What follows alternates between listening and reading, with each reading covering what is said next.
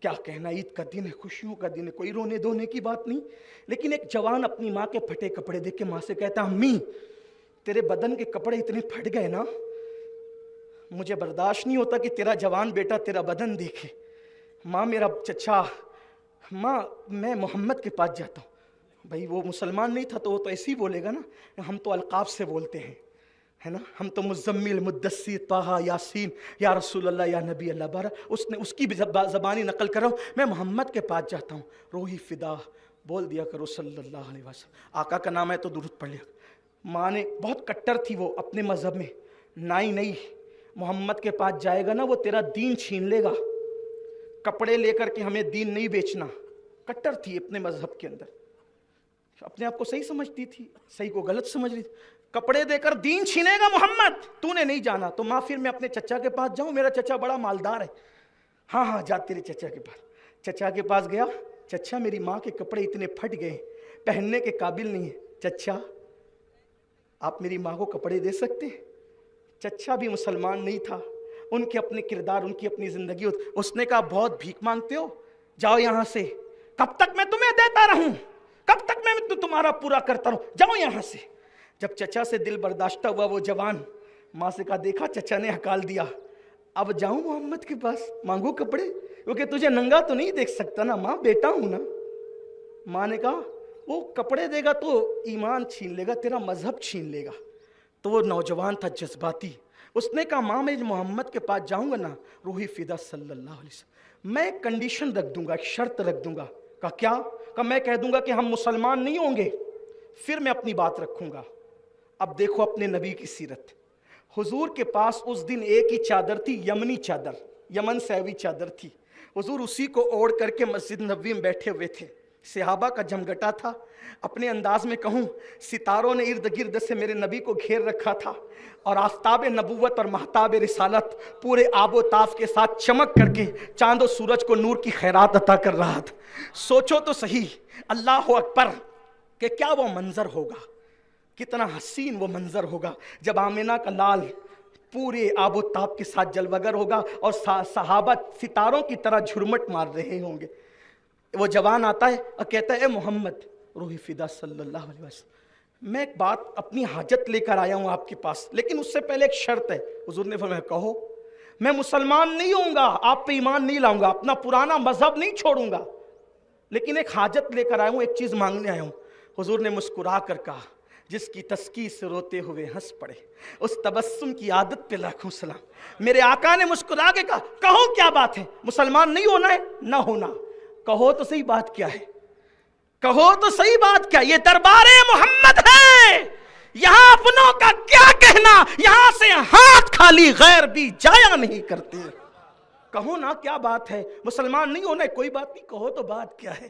اس نے کہا میری ماں کے کپڑے اتنے پھٹ گئے کہ پہننے کے قابل نہیں ہے، میری ماں کو کپڑے کی ضرورت ہے. میرے آقا نے فرمایا میرے پاس اس وقت کپڑے تو نہیں ہے، یہی ایک چادر ہے جس کو میں اوڑھ کر کے بیٹھا ہوں، یہ تیری ماں کو لے جا کر کے پیش کر دیں. یہ سیرت مصطفیٰ ہے، جس کا نبی اس شان کا مالک ہو کہ کوئی مانگنے والا یہ کہہ کر آتا ہو کہ ہم مسلمان نہیں ہوں گے، دینا ہو تو دو، وہ اپنی اتار کر چادر دے دیتے. جب بیٹا چادر لے گیا تو آنکھوں میں آنسو تھے، اس کی آنکھ میں آنسو تھے. ماں نے کہا کیوں رو رہا ہے؟ کہا ماں چچا نے چچا ہو کر تیرا دیور ہو کر کے ہکالا، اور میں نے محمد سے کہا کہ ہم مسلمان نہیں ہوں گے، ان کے پاس کپڑے نہیں تھے دینے کے لیے، اپنی چادر اتار کر کے دے دیا، لو ماں اس کو پہن لو. ماں نے کہا اب چادر بعد میں اوڑھوں گی، پہلے محمد کا کلمہ پڑھ کے مسلمان ہو جائے.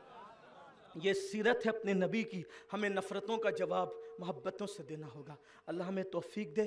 گفتگو کے درمیان کوئی غلطی ہو تو اللہ معاف فرمائے. استغفر اللہ ربی من کل ذنب واتوب الیہ وما علینا الا البلاغ.